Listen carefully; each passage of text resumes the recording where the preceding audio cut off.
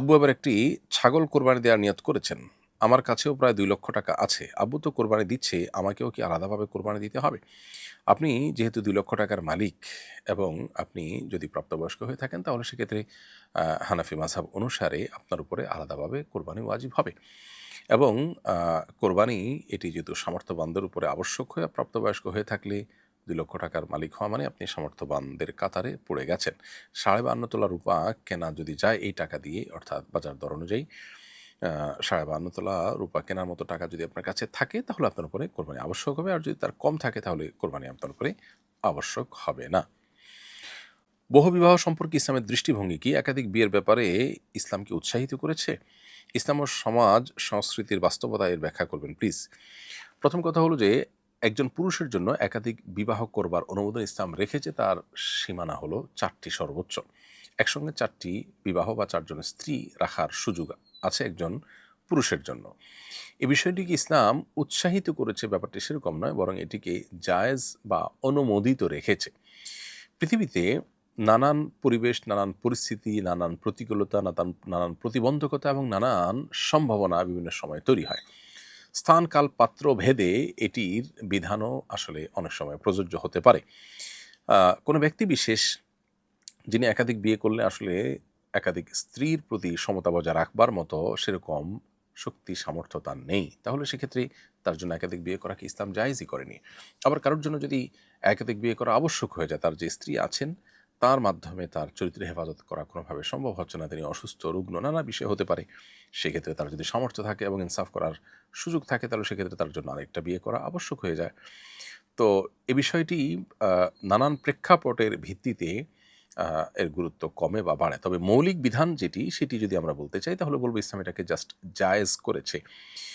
বিশুদ্ধ মত অনুযায়ী এটি সুন্নাহ বা উত্তম, ইসলাম এটা করতে উৎসাহিত করেছে, নির্দেশ দিয়েছে, ব্যাপারটা সেরকম না। এরকম কোনো হাদিস নবী আলাইহিস সালাম থেকে আমরা পাই না। কোরআনে কারিমে আল্লাহ রাব্বুল আলামিন বিয়ের ক্ষেত্রে ২, ৩, ৪ এভাবে বলেছেন। যদিও শেষে এসে বলেছেন যদি কেউ সমতা বজায় রাখতে না পারে তার জন্য একটি। এই আলোচনার ভঙ্গি থেকে কেউ বলছেন যে ২ দিয়ে আল্লাহ তাআলা শুরু করেছেন, অতএব একাধিক বিয়ে করাটাই হলো নির্দেশিত। এটা আসলে কোরআন থেকে স্পষ্টভাবে তো প্রমাণিত হয় না, তবে এটা একটা ব্যাখ্যা বের করা যায়। এর ভিন্ন এবং বিপরীত বিভিন্ন ব্যাখ্যাও আছে। খোলাসা কথা হলো যে একাধিক বিয়ে করার এই বিধানটা শরিয়া জায়েজ রেখেছে এবং এটা অত্যন্ত যৌক্তিক এবং প্রয়োজনীয়। আজকের পৃথিবীতে ইসলামী শরিয়া ছাড়ার কোথাও একাধিক বিয়ের অনুমোদন আমার জানা মতে নেই। অথচ একজন মানুষের একই সঙ্গে একাধিক বিয়ের প্রয়োজন হতে পারে। কারোর স্ত্রী অসুস্থ হয়ে পড়েছেন, সারা জীবন একসাথে সংসার করেছেন। এদিকে তার চরিত্র রক্ষা করার ব্যাপার আছে, স্ত্রীর দ্বারা সেটি হচ্ছে না। এমতো মুহূর্তে তিনি স্ত্রীকে তালাক দিয়ে আরেকটা বিয়ে করবেন। আর না হলে বিয়ে না করে থেকে তিনি কষ্ট করবেন অথবা তার অধিকার বঞ্চিত থাকবেন কিংবা চরিত্র নষ্ট করবেন। রাস্তা দুটি। ইসলাম তৃতীয় রাস্তা নির্মাণ করেছে। অর্থাৎ আপনার আগে স্ত্রী যিনি সারা জীবন তার সঙ্গে ছিলেন, তিনি নিজে অপারগ, কিন্তু তাই বলে এই মুহূর্তে অপারগ হওয়াতে আপনি তাকে ডিভোর্স দিয়ে ফেলবেন, সেটা আপনার কাছে হয়তো ভালো লাগা কাজ করবে না নিশ্চয়ই। সেই জায়গা থেকে আপনি আপনার সেই স্ত্রীকে রাখলেন, আবার একই সাথে আপনি একাধিক স্ত্রী বিয়ে করে আরেক স্ত্রীর সাথে আপনি বৈবাহিক সম্পর্ক স্থাপন করার মধ্য দিয়ে আপনার প্রয়োজন আপনি পূরণ করতে পারলেন। এরকম বহু অপশন আমাদের জীবনে আছে, আসতে পারে। তবে এ সমস্ত বিশেষ কোনো প্রয়োজন ছাড়াও যদি কেউ একাধিক বিয়ে করে, শরিয়া সেটাকে অবশ্যই জায়েজ করেছে। শর্ত হলো তাকে অবশ্যই সমতা বজায় রাখতে হবে এবং সমতা বজায় রাখার মতো সেরকম মানসিক শক্তি এবং সার্বিক সব সামর্থ্য তার থাকতে হবে। তাহলে সেক্ষেত্রে ইসলাম এটাকে জায়েজ বলে। আজকাল এটাকে আসামির কাঠগড়ায় দাঁড় করাবার একটা অপচেষ্টা আমরা দেখতে পাই। মূলত পরিবার ব্যবস্থাপনাকে ভেঙে ফেলার যে পশ্চিমা ষড়যন্ত্র আছে, এটি তারই অংশবিশেষ। বিধায় এই জায়গা থেকে আমাদেরকে সর্বোচ্চ সতর্ক এবং সাবধান থাকতে হবে। ঢাকায় থাকি, গ্রামে কোরবানি দেব। আমার জানার বিষয় হলো পশুর মালিক উপস্থিত না থাকলে বা নিজের হাতে জবে না করলে কি কোরবানির সবে কোনো কমতি হবে? কোরবানির পশু নিজে জবে করা উত্তম, এতে কোনো সন্দেহ নেই। তবে অন্য কারোর মাধ্যমে যদি কোরবানির পশু জবে করা হয় তাতেও কোরবানি আদায় হয়ে যাবে এবং সওয়াবে কোনো প্রকার কমতি হবে না। দেশ বিদেশে বহু মানুষ আসন্না ফাউন্ডেশনকে দায়িত্ব দেয় তাদের কোরবানি করবার জন্য। তাদের পক্ষ থেকে তাদের দেয়া টাকায় কোরবানি করা, কোরবানির পশুর প্রসেস করা, গোশত ইত্যাদি কাটাকুটি সবগুলো বিষয় আমরা সম্পাদন করে থাকি, দেখভাল করে থাকি। আলহামদুলিল্লাহ, এর মাধ্যমে যারা কোরবানির দায়িত্ব আমাদেরকে অর্পণ করে থাকেন তাদের কোরবানির সওয়াব কোনো মতে কমতি হয় না, বরং ক্ষেত্র বিশেষে এই কোরবানির গোশত দেশের সবচেয়ে অভাবী এবং দুস্থ মানুষদের কাছে পৌঁছাবার যে চেষ্টা আমরা করি, সেটার সওয়াব পরিপূর্ণভাবে তিনি পাবেন ইনশাআল্লাহ তাআলা। এরপরে প্রশ্ন হলো জিলহজ মাসের ফজিলত ও আমল সম্পর্কে জানতে চাই। জিলহজ মাসটি হজের মাস, আবার সম্মানিত ৪ মাসের একটি মাস। জিলহজ মাসের প্রথম ১০টি দিন বিশেষ ফজিলতপূর্ণ এবং আমলের জন্য আদর্শ সময়। রমাদানের পর সবচেয়ে মোক্ষম এবং সবচেয়ে বড় ইবাদতের মৌসুম হলো জিলহজের প্রথম ১০টি দিন। আমাদের সমাজে সাধারণত গরু ছাগলের হাট এবং গরু ছাগলের আনাগোনা ছাড়া এই ১০ দিন আমরা তেমন কোনো আমলের প্রস্তুতি, প্রিপারেশন বা আমলের পরিবেশ, আবহাওয়া আমরা দেখতে পাই না। অথচ সাহাবা একরাম জিলহজের প্রথম দশক আসলে বাজারে গিয়ে তারা উচ্চস্বরে তাকবীর পাঠ করতেন, আল্লাহু আকবার, আল্লাহু আকবার, লা ইলাহা ইল্লাল্লাহু, আল্লাহু আকবার, আল্লাহু আকবার, ওয়ালিল্লাহিল হামদ। নবী আলাইহিস সালাম বলেছেন, মা মিন আইয়ামিন আল আমালুস সালিহ ফিহিন্না আহাব্বু ইলাল্লাহ মিন হাযিহিল আইয়াম। জিলহজের প্রথম দশকে ইবাদতের চাইতে অন্য কোনো সময়ের ইবাদত আল্লাহর কাছে বেশি প্রিয় নয়। এমন কি কোনো লোক যদি আল্লাহর রাহে জিহাদে যান, তিনি যদি জান মাল সবকিছু উৎসর্গ করে ফেলেন, তার কথা ভিন্ন। এছাড়া অন্য যে মানুষগুলো জিহাদে শামিল হয়েছেন তাদের চাইতেও, সেখানে সে আমল করার চাইতেও বা সে শামিল হওয়ার চাইতেও জিলহজের প্রথম দশকের আমল আল্লাহর কাছে বেশি প্রিয়। আল্লাহ রাব্বুল আলামিন কোরআন কারীমে আল ফজর ওয়াল লাইলিন আশ, ফজর এবং ১০টি রাতের শপথ করেছেন। এই শপথ দ্বারা কি বোঝানো উদ্দেশ্য, সেখানে আব্দুল্লাহ ইবনে আব্বাস রাদিয়াল্লাহু তাআলা আনহু সহ বিশ্ববিখ্যাত যত মুফাসসির আছেন, সালাফ আছেন, তাদের বেশিরভাগের মন্তব্য হলো এর মাধ্যমে জিলহজের প্রথম ১০টি রাতকে বোঝানো হয়েছে। এজন্য জিলহজের প্রথম ১০টি দিন এবং রাতের তাৎপর্য অপরিসীম। এই দিনগুলোতে আমাদের প্রথমত বেশি বেশি নেক আমল করার চেষ্টা করা উচিত। কারণ বুখারীর হাদিস আমরা একটু আগে জানলাম যে এই দিনের আমল আল্লাহর কাছে সবচেয়ে প্রিয়। যে কোনো রুটিন আমল বা যে কোনো ভালো আমলগুলো পরিমাণে আমরা বাড়িয়ে দিব ইনশাআল্লাহ। গুনাহ থেকে বেঁচে থাকার চেষ্টা করব, এটা সম্মানিত ৪ মাসের রুটিন আমল। আর ফজিলতপূর্ণ সময় গুনাহ করা নিশ্চয়ই বেশি খারাপ, অতএব সে জায়গা থেকে গুনাহ থেকে বেঁচে থাকার চেষ্টা করব। তৃতীয়ত আমরা এই দিনগুলোতে বেশি বেশি আল্লাহর স্মরণ করব, কারণ আল্লাহ তাআলা কোরআনে বলেছেন নির্দিষ্ট দিনগুলোতে তোমরা আল্লাহ তাআলার স্মরণ বেশি বেশি করো। এখানে নির্দিষ্ট দিন বলতে জিলহজের প্রথম দশক এবং অনেক ওলামা ইকরামের মধ্যে আইয়ামে তাশরিকের দিনগুলোকে বোঝানো হয়েছে। এজন্য এই দিনগুলোতে আমরা বেশি বেশি আল্লাহর স্মরণ করব। সেই সাথে যাদের হজের সামর্থ্য আছে, তৌফিক আছে এবং হজ ফরজ হয়েছে তারা হজ করবেন। আর যাদের ফরজ হয়নি কিন্তু সামর্থ্য আছে তারা হজ করবেন। আর ৫ নম্বর হলো জিলহজের প্রথম দশক উপলক্ষে আমরা কোরবানি করব ঈদের দিন, যাদের সামর্থ্য আছে তারা। এর বাইরে যারা কোরবানি করতে চান তারা কোরবানির চাঁদ, কোরবানি মাসের চাঁদ অর্থাৎ জিলহজের চাঁদ উদিত হওয়ার পর থেকে নিয়ে জিলহজের ১০ তারিখ অর্থাৎ ঈদ দিন কোরবানির আগ পর্যন্ত চুল নখ ইত্যাদি কাটা থেকে বিরত থাকবেন। অর্থাৎ চাঁদ ওঠার আগে আগে চুল নখ কেটে ফারেগ হয়ে যাবেন এবং ঈদের পর, কোরবানির পর তিনি চুল নখ ইত্যাদি কাটতে পারেন। ৭ নম্বর হলো এই দশকে বেশি বেশি করে তাকবীর, তাহমিদ, তাহলিল পাঠ করা, আল্লাহু আকবার, আল্লাহু আকবার, লা ইলাহা ইল্লাল্লাহু, আল্লাহু আকবার, আল্লাহু আকবার, ওয়ালিল্লাহিল হামদ বেশি বেশি পাঠ করা রাতে, দিনে, উঠতে বসতে। এটা ১০ দিন ধরে প্রযোজ্য আমল। তবে এর স্পেশাল আরেকটা ভার্সন আছে যেটাকে আমরা ৮ নম্বর আমল বলতে পারি। সেটা হলো আইয়ামে তাশরিক অর্থাৎ জিলহজের ৯ তারিখ ফজরের পর থেকে নিয়ে শুরু করে আইয়ামে তাশরিকের আসর শেষ দিনে আসর পর্যন্ত অর্থাৎ ১৩ জিলহজ আসর পর্যন্ত প্রত্যেক নামাজের পর নারী পুরুষ সবাই যার যার জায়গা থেকে একবার করে এই তাকবীর, তাহমিদ, তাহলিল অর্থাৎ আল্লাহু আকবার, আল্লাহু আকবার, লা ইলাহা ইল্লাল্লাহ, আল্লাহু আকবার, আল্লাহু আকবার, ওয়ালিল্লাহিল হামদ এটা পাঠ করব আমরা ইনশাআল্লাহ তাআলা। এর বাইরে প্রথম ৯ দিন রোজা রাখার বিষয়টিও বিভিন্নভাবে এর ফজিলত সাব্যস্ত আছে বিধায় প্রথম ৯ দিন সমগ্র রোজা রাখা। তবে যারা হাজী সাহেব তাদের জন্য নবম দিন রোজা রাখা অনুমোদিত নয়। আর আরাফাত দিন বিশেষভাবে রোজা রাখা এটা হাজী সাহেব, গায়রে হাজী সাহেব, হাজী সাহেব ছাড়া বাকি যারা আছেন তাদের জন্য বিশেষভাবে প্রযোজ্য। তো এই আমলগুলো মোটামুটি জিলহজের প্রথম দশককে ঘিরে আমাদের করণীয়। এর মধ্যে তাকবীর, তাকবীর, তাহমিদ, তাহলিল অর্থাৎ আল্লাহু আকবার, আল্লাহু আকবার, লা ইলাহা ইল্লাল্লাহু, আল্লাহু আকবার, আল্লাহু আকবার, ওয়ালিল্লাহিল হামদ এটা বেশি বেশি করে বিস্তার করা, সমাজে প্রচার করা এটা আমাদের কর্তব্যের অংশ।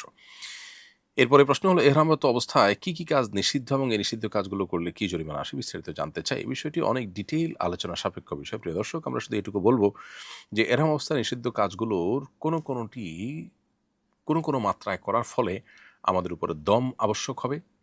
আবার কোনো ক্ষেত্রে এহরাম অবস্থায় যে কাজগুলো নিষেধ সেগুলোর কোনোটি করার ফলে আমাদের উপরে সাদকা ফিতির পরিমাণ সাদকা করা আবশ্যক হবে। আবার কোনো ক্ষেত্রে মিসকিনকে খাদ্য দান করতে হবে।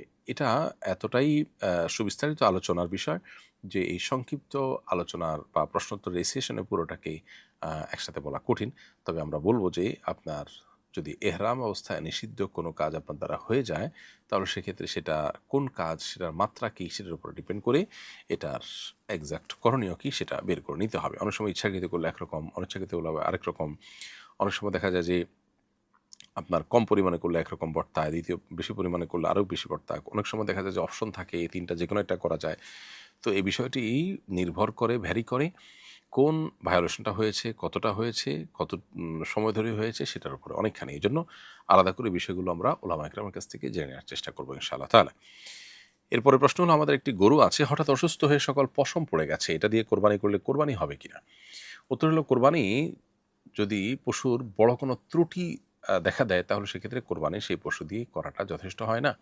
সেটা এমনিতে জবাই করে খাওয়া যাবে হালাল, বাট কোরবানি বিশুদ্ধ হওয়ার জন্য বড় কোনো ত্রুটি থেকে প্রাণীর মুক্ত থাকাটা আবশ্যক। যেমন ধরুন একটা শিং পরিপূর্ণভাবে ভেঙে পড়ে গেছে, এটা বড় ত্রুটি।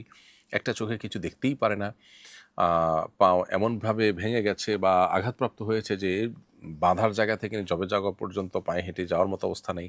তো এরকম বড় ত্রুটি হলে তখন সেটা দিয়ে কোরবানি করলে কোরবানি বিশুদ্ধ হয় না, তবে জবাই করে খেলে সেটাই হালাল হয়। ঠিক এরই অংশ হিসাবে কোনো পশুর যদি সমস্ত পশম পড়ে যায় তো সন্দেহাতীতভাবে এটা বড় ত্রুটি হিসাবে বিবেচিত হবে। এটা বাজারে যেমন দাম পাওয়া যাবে না, এটা কোনো মানুষের আগ্রহের জায়গা কেন্দ্রবিন্দু থাকবে না। অতএব সমস্ত পশম যদি পড়ে যায় শরীর থেকে, তাহলে সেক্ষেত্রে এরূপ পশু দ্বারা কোরবানি করা যায় যাবে না। তবে যেটা একটু আগে বলছিলাম, অর্থাৎ হালাল পশু হিসেবে জবাই করে আপনি খেতে পারবেন। এরপরের প্রশ্ন হলো, আমি একজন ইমাম, জিলহজ মাসের আমল সম্পর্কে জনসচেতনতা বাড়াতে কী ধরনের পদক্ষেপ গ্রহণ করতে পারি? অনেক ধন্যবাদ ইমাম সাহেব আপনার এই ভালো কাজের প্রতি আপনার আগ্রহ দেখে। একজন ইমাম হিসাবে আমরা জিলহজ মাস উপলক্ষে জিলহজের প্রথম 10 দিনকে, বিশেষ করে ইবাদতের 10 দিন আছে, এই 10 দিনকে ঘিরে আমরা অনেক কাজ করতে পারি। তার মধ্যে থেকে একটা কাজ হলো যে মসজিদে মানুষকে সাধারণ আলোচনার মাধ্যমে উদ্বুদ্ধ করা এবং হারিয়ে যাওয়া আমলটিকে পুনঃপ্রতিষ্ঠার জন্য নানাভাবে ক্যাম্পেইন করা। আপনি চাইলে আসন্ন ফাউন্ডেশন থেকে এই বিষয়ে যে লিফলেট প্রকাশ করেছে সেই লিফলেট আপনি সংগ্রহ করতে পারেন। আসন্ন ফাউন্ডেশনের ওয়েবসাইটে দেয়া নাম্বারে, আমাদের কল সেন্টারে আপনি ফোন করে, অথবা যদি সরাসরি উপস্থিত হওয়ার সুযোগ থাকে তাহলে সরাসরি উপস্থিত হয়ে আপনি আপনার প্রয়োজনীয় লিফলেটের সংখ্যা কালেক্ট করে আপনি এলাকায় বিতরণ করতে পারেন, যাতে করে নষ্ট না হয়। যাকে দিবেন তিনি যেন পড়ে সে বিষয়টিকে এনশিওর করতে হবে আমাদের বিতরণের জন্য, সেটি হলো পূর্ব শর্ত।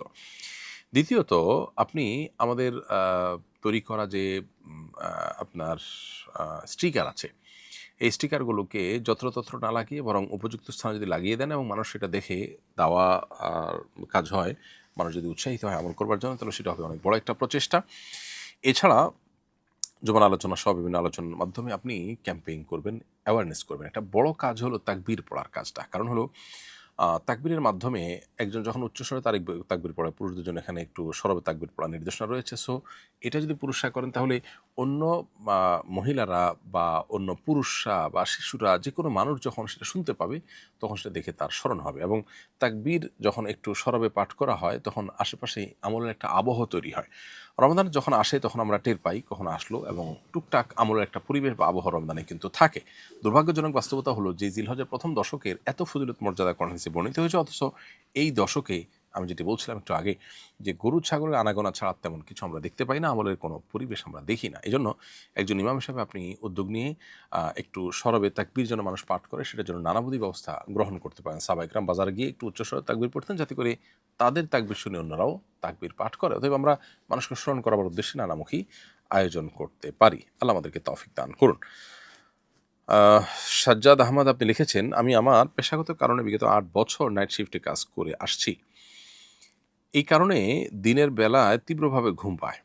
প্রায় সময়ই দিনে ঘুমানোর কারণে টানা অনেক জুমার নামাজ ছুটে গেছে। এজন্য আমি আল্লাহর কাছে অনুতপ্ত। আমার প্রশ্ন হলো, শুনেছি যে টানা 3 জুমা নামাজ ছুটে গেলে নাকি ঈমান থাকে না, এটা কতটুকু সত্য? ভাই সাজ্জাদ আহমদ, টানা 3 জুমা না থাকলে ঈমান থাকে না এরকম কোনো কথা কোরআন হাদিসে নাই। তবে জুমার নামাজ আদায় করা ফরজ, এবং কোনো মূল্যেই এই জুমার নামাজ আদায় করার ফরজ আদায় করা ছাড়া বিকল্প কোনো পথে যাওয়ার সুযোগ নেই। তবে 3 জুমা যদি পরপর কারোর ছুটে যায় এবং সেটা যদি অলসতাবশত হয়, তাহলে সেক্ষেত্রে তার অন্তরকে আল্লাহ তাআলা মোহর মেরে দেন। এই মর্মে একটা হাদিস সুনান আবু দাউদে বর্ণিত হয়েছে নবী আলাইহিস সালাম থেকে। তিনি বলেছেন, মান তারাকা সালাসা জুমআইন তাহাবুনান, যে ব্যক্তি অলসতাবশত বা অবজ্ঞতাবশত 3 জুমা তরক করলো, পড়লো না, আদায় করলো না, তবে আল্লাহু আলা কলবিহি, তাহলে তার অন্তরকে আল্লাহ তাআলা মোহর মেরে দেন। অতএব জাহান্নামে যাওয়ার কথা কিন্তু বলা হয়নি, বরং অলসতাবশত বাদ দিলে তখন এই কথা বলা হয়েছে। এমনকি এরপরও যদি কেউ আল্লাহর কাছে তওবা করে খাঁটি অন্তরে অগ্রসর হওয়ার চেষ্টা করে, আশা করা যায় আল্লাহ রাব্বুল আলামিন তাকে মাফ করবেন। কেউ হজে গিয়ে কোরবানি করলে বাড়িতে আবার কোরবানি দিতে হবে কিনা, এই প্রশ্নের উত্তর আমরা বেশ অনেকবার দিয়েছি। যিনি হজে গিয়ে কোরবানি করবেন সেই কোরবানিটা হজের কোরবানি বা হজের পাঠ। যেটাকে দমে শুকর বলা হয়। এছাড়া কোরবানির দিনগুলোতে সাধারণ মানুষের উপরে কোরবানি প্রযোজ্য হয়। সেই হিসেবে আপনি যদি মুকিম হয়ে না থাকেন, অর্থাৎ মক্কাতে শর্ট প্যাকেজে গিয়েছেন, আপনি যদি মুকিম হয়ে থাকেন, মক্কাতে আপনি লং প্যাকেজে গিয়েছেন, 15 দিনের বেশি থাকবেন মক্কাতে বা মদিনাতে, তাহলে সেক্ষেত্রে আপনি এই ঈদের সময়টাতে যদি আপনি সফরে না থেকে বরং মুকিম হিসাবে থাকেন, তাহলে আপনার নিজের ঠিকানায় অথবা যে কোনো জায়গায় আপনার তরফ থেকে আরেকটা কোরবানি হতে হবে, যেটি হলো মূল কোরবানি, আর হজেরটা হলো দমে শুকর। এরপরের প্রশ্ন হলো, গীবত করা এবং শোনা কি একই অপরাধ? আমার এক কলিগ কথা বললেই গীবত করে, এটা তার স্বভাবে পরিণত হয়েছে। তার সঙ্গে যেহেতু কাজ করি তার কথা শুনতে হয়, অনেক সময় আমাকেও বলতে হয়, এদিকে আমার গুনাহ হবে? হ্যাঁ, আপনি যেটি জেনেছেন প্রিয় দর্শক, সঠিক জেনেছেন। গীবত করা এবং গীবত শোনা দুটি কিন্তু সমান অপরাধ, দুটাই কিন্তু অপরাধ। কলিগ গীবত করলে প্রথমত আপনি চেষ্টা করবেন হেকমতের সঙ্গে বা নানান কৌশল করে তার কথা অন্যদিক ঘুরিয়ে দেওয়া, তাকে মানুষকে সমালোচনা করতে না দেওয়া। যদি সেটা কোনোভাবে সম্ভব না হয়, তাহলে সেক্ষেত্রে তার কথা না শুনে আপনি ইগনোর করার চেষ্টা করবেন। এরপরও যদি অনিচ্ছায় কান তার দিকে চলে যায় এবং সে বলে ফেলে, তাহলে সেক্ষেত্রে আপনার গুনাহ হবে না ইনশাআল্লাহ। তার অর্থ আপনার চেষ্টা থাকতে হবে গুনাহ থেকে বাঁচার জন্য। আমাদের পার্শ্ববর্তী দেশ ভারতের পশ্চিমবঙ্গে কট্টর হিন্দুত্ববাদী দল বিজেপি ক্ষমতায় এসেছে। সেখানকার ক্ষমতাসীন দল নিয়মিতই মুসলমানদের ব্যাপারে উস্কানিমূলক কথা বলে আসছে এবং তাদের জীবন ও জীবিকার উপর আঘাত হানছে। এ ব্যাপারে আমাদের করণীয় কি? খুবই গুরুত্বপূর্ণ একটি প্রশ্ন প্রিয় দর্শক। পশ্চিমবঙ্গে কি হচ্ছে আমরা নিজের চোখে দেখছি না, তবে মিডিয়ার বিভিন্ন রিপোর্ট এবং তথ্য উপাত্ত আমাদের চোখের সামনে আসে। এর চেয়ে বড় কথা হলো যে হিন্দুত্ববাদী দলের নেতাদের বিভিন্ন রকমের উস্কানিমূলক কথা প্রতিনিয়ত আমরা সরাসরি নিজ কানে শুনতে পাই অনলাইনের সুবাদে। এমতো পরিস্থিতিতে মুসলমানদের জন্য জীবন, তাদের সম্পদ এগুলো সন্দেহাতীতভাবে হুমকির মুখে। পৃথিবীর যে কোনো প্রান্তে কোনো মুসলিম যদি নির্যাতিত হয়, তাদের নির্যাতনের বিরুদ্ধে, তাদের প্রতি যে অন্যায় হচ্ছে সেটার বিরুদ্ধে কথা বলাটা আমাদের নৈতিক দায়িত্ব। শুধু মুসলমান নয়, অন্য ধর্মাবলম্বীরা কেউ যদি নির্যাতনের শিকার হয়, ইমানদার সবসময় মাজলুমের পক্ষে থাকবে এবং জুলুমের বিরুদ্ধে কথা বলবে। সেই জায়গা থেকে আমরা অবশ্যই আমাদের পার্শ্ববর্তী দেশের মাজলুম এবং নির্যাতিত মুসলমানদের পক্ষে কথা বলা উচিত এবং তাদের পক্ষে আমাদের প্রত্যেককে যার যার জায়গা থেকে ভূমিকা সাধ্য অনুযায়ী রাখা কর্তব্য। তবে এর পাশাপাশি সেখানে যে হামলা হচ্ছে, সে হামলার কারণে আমাদের দেশে যে সমস্ত হিন্দু বা অন্য ধর্মাবলম্বীরা বসবাস করছেন, তাহলে সেক্ষেত্রে সেই হিন্দুদের প্রতি বা অন্য ধর্মাবলম্বীদের প্রতি কোনো প্রকার অসদাচরণ করার কোনো অধিকার কারণ নেই। সে বিষয়টাতে আমাদের সজাগ থাকতে হবে। এখানে আপনার সুকৌশলে একটা পরিবেশ তৈরি করে মুসলমানদেরকে দুর্নাম করবার জন্য বিভিন্ন আপনার মহল চেষ্টা চালাতে পারে, সেটি একেবারেই প্রত্যাশিত। সো আমাদের প্রত্যেকে যার যার জায়গা থেকে সজাগ থাকতে হবে এবং আমাদের আশেপাশে থাকা অন্যান্য ধর্মাবলম্বীদের উপরে সেখানকার উগ্রদের কোনো কাজের দায় তাদের উপরে চাপানো সঠিক হবে না। বিধায় একদিক থেকে আমাদের প্রতিবাদ করতে হবে, দ্বিতীয়ত হলো আমাদের দায়িত্বশীলতার পরিচয় সর্বোচ্চ দিয়ে যেতে হবে। মোসাম্মদ আকলিমা বেগম লিখেছেন, বাবা জীবিত অবস্থায় তার টোটাল সম্পত্তির অর্ধেক আমার একমাত্র ভাইকে দিয়েছেন মৌখিকভাবে, আর বাকি অর্ধেক মা আর আমাদের 3 বোনকে নিতে বলেছেন। বাবা লিখে দেননি। বাবার মৃত্যুর পর আমরা বাবার কথা অনুযায়ী ভাইকে অর্ধেকটা লিখে দিয়েছি। এতে আব্বুর কি কোনো গুনাহ হবে? কিংবা আমাদের কোনো গুনাহ হবে কিনা জানান দয়া করে। প্রথম কথা হলো যে দখল বুঝিয়ে দেওয়া ছাড়া শুধুমাত্র মৌখিকভাবে কোনো কিছু দিলে সেটা কার্যকর হবে না। যেকোনো কিছু কাউকে দান করলেন, সেটার পূর্ণতা পাবে হলো যখন সেটা তাকে বুঝিয়ে দেওয়া হবে, হস্তান্তর করা হবে তখন। আপনার বাবার পুরো সম্পত্তি মিরাস অনুযায়ী নীতি অনুযায়ী বন্টন হবে এবং আপনার ভাইকে যে অংশটা তিনি দিয়ে গেছেন মৌখিকভাবে বুঝিয়ে বা তাকে হস্তান্তর করে যেতে পারেননি, সেটা আসলে দান হিসেবে বিবেচিত হবে না, বা অতএব পুরো সম্পদটাই ওয়ারিসদের মধ্যে শরিয়ার বন্টন মালার আলোকে, শরিয়ার নীতিমালার আলোকে বন্টিত হতে হবে। আর যদি সকল ওয়ারিশগণের মধ্যে কেউ অপ্রাপ্তবয়স্ক না থাকে, বরং সবাই প্রাপ্তবয়স্ক হয়, তাহলে তারা সবাই সম্মিলিতভাবে যদি রাজি থাকে যে হ্যাঁ, বাবা যেহেতু দিয়ে গেছেন আমরাও তাকে দিব, আমাদের কোনো দাবি নেই, আমরা গিফট করলাম, তাহলে সেটা ভিন্ন বিষয়, সেটা জায়েজ হতে পারে। আমরা 3 ভাই ও 2 বন্ধু মোট 5 জন মিলে 1,50,000 টাকা দিয়ে একটি গরু ক্রয় করেছি কোরবানির জন্য। তবে প্রত্যেকের টাকা সমান দেয়নি। কেউ 30,000, কেউ 20,000, আবার কেউ 25,000 টাকা দিয়েছেন। এ থেকে কোরবানি শুদ্ধ হওয়াতে কোনো সমস্যা হবে? হ্যাঁ, অবশ্যই সমস্যা হবে। কোরবানির ক্ষেত্রে মাসআলা হলো, যেই কোনো ব্যক্তি অন্য কোনো কারোর গরুতে শরিক হতে আসবেন বা 2 ব্যক্তি কখনো শরিকে কোরবানি করতে চাইবেন, তাহলে সেক্ষেত্রে তার একটা অংশের টাকা একজনকে দিতে হবে, অর্থাৎ একটা অংশ একাধিক ব্যক্তি মিলে দিতে পারবে না। ধরুন গরুটার দাম ৭০,০০০ টাকা, তাহলে একটা অংশের দাম ১০,০০০ টাকা, প্রসেসিং কস্ট যদি আরও ১,০০০ করে পার হেড পড়ে, তাহলে আমরা ১১,০০০ টাকা বলতে পারি। এর নিচে কেউ যদি দেন এবং তার যে ভগ্নাংশ বা ভাঙতি অংশটা এটা অন্য কেউ দিয়ে দেন, তাহলে সেটা জায়েজ হবে না। বরং প্রত্যেক ব্যক্তি একটা করে ভাগ কমপক্ষে দিতে হবে। আপনি একটা না নিয়ে ১.৫টা নিলেন, ১৫,০০০ টাকা দিলেন বা ৭,০০০ টাকা দিলেন, দিয়ে বললেন ঠিক আছে ১৫,০০০ টাকার অনুপাতে আমাকে গোশত দিয়ে দিই, এটা গোশত খাওয়া হবে, কোরবানি হবে না। কোরবানির জন্য একটা গরুতে সর্বোচ্চ ৭ জন ব্যক্তি শরিক হতে হবে। একটা ছাগলে একজন, একের বেশি একটা শরিকে শামিল হওয়ার সুযোগ নেই। একটা ছাগলে কয়েকজন মিলে টাকা দিয়ে কিনলে সেটা গোশত খাওয়া হবে, কোরবানি হবে। কোরবানির জন্য একজনের পক্ষ থেকে হতে হবে। প্রয়োজনে বাকিটা টাকা দিয়ে দিবে, যেমন সব ভাই মিলে এক ভাইকে দিয়ে দিলেন বা ২ ভাইকে দিয়ে দিলেন, যেটা আপনাদের তরফ থেকে কোরবানি হলো, আমরা আপনাদেরকে ফিনান্সিয়ালি হেল্প করলাম। যারা হেল্প করলেন তারা আল্লাহর কাছে সওয়াব পাবে, সেটা ভিন্ন বিষয়। কিন্তু এইভাবে ভগ্নাংশ করলে কারোর কোরবানি কিন্তু, অর্থাৎ ভগ্নাংশ মাধ্যমে যে কোরবানি দেওয়া হচ্ছে সে কিন্তু জায়েজ হবে না। এরপরের প্রশ্ন হলো, শাশুড়ির প্যারালাইসিস, অজুতে কুলির জন্য ডান হাত ভরে মুখে পানি নিতে পারেন না, অল্প সামান্য নেন, এতে কি অজু হবে? প্রথম কথা হলো, অজুতে কুলি করাটাই তো আবশ্যক বা ফরজ কিংবা ওয়াজিব নয়। এজন্য পুরোপুরি কুলি করতে না পারলেও আপনার অজু হয়ে যাবে, এবং ওজুরের কারণে একবারও যদি কুলি করতে না পারেন তাতে আপনার কোনো গুনাহ হবে না, বরং অজু হয়ে যাবে, কারণ অজু করাটা ফরজ কিংবা ওয়াজিব নয়। কোরবানির নিয়তে পশু কেনার পর সেটা দিয়ে আকিকা করা যাবে কিনা? কোরবানির নিয়তে পশু কিনেছেন, এরপর যদি নিয়ত পরিবর্তন করে সেটা দিয়ে আকিকা করতে চান, কোরবানির জন্য আলাদা পশু কেনার নিয়ত করেন, সেটা অবশ্যই জায়েজ আছে, কোনো অসুবিধা নেই। অর্থাৎ কোরবানির নিয়তে পশু কেনার পর সেটা দিয়েই আমাদের কোরবানি করতেই হবে এমন কোনো কথা নেই, সেটা আমরা চাইলে চেঞ্জ করতে পারি। অতএব সেটাকে আকিকার জন্য জবাই করে আপনি কোরবানির জন্য আলাদা পশু কিনলেন, সেটা জায়েজ হবে। প্রিয় দর্শক,